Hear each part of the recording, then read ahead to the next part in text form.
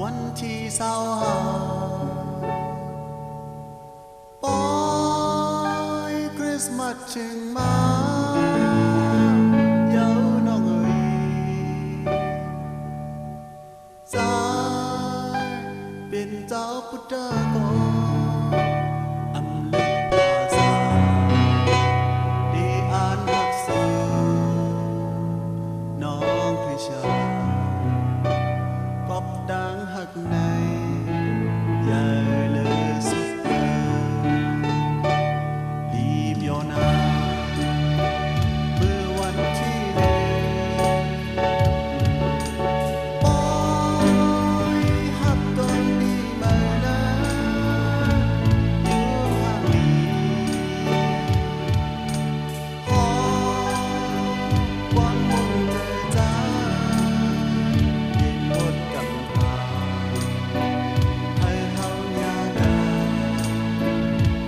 น้องหักย้อนสู่อ้อมกันเธออย่าลืมเธอ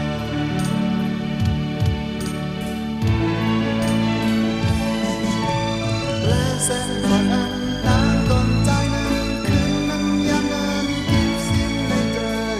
ปั่นให้ดูแลพอวันที่ยักตุยกำลังเธอที่น้อง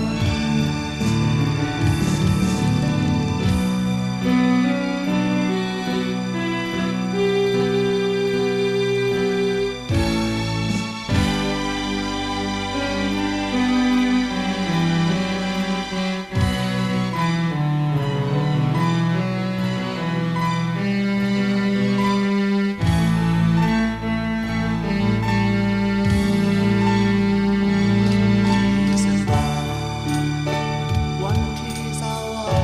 าปล่อยคริสต์มาสจึงมาเย้าน้องเอ๋ยจ้าเป็นเจ้าพุทธกรอำเลิกภาษาได้อ่านอักษร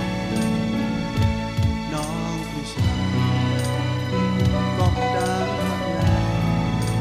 อย่าเลยสุดเปิดดีเดียวนาเมื่อวันที่หนึ่งปล่อยหักตอนปีใหม่นะอยู่ห่างนี้ขอความมุ่งเธอจ้าปิดวนกันให้เฮาอยากกันน้องย้อนสู่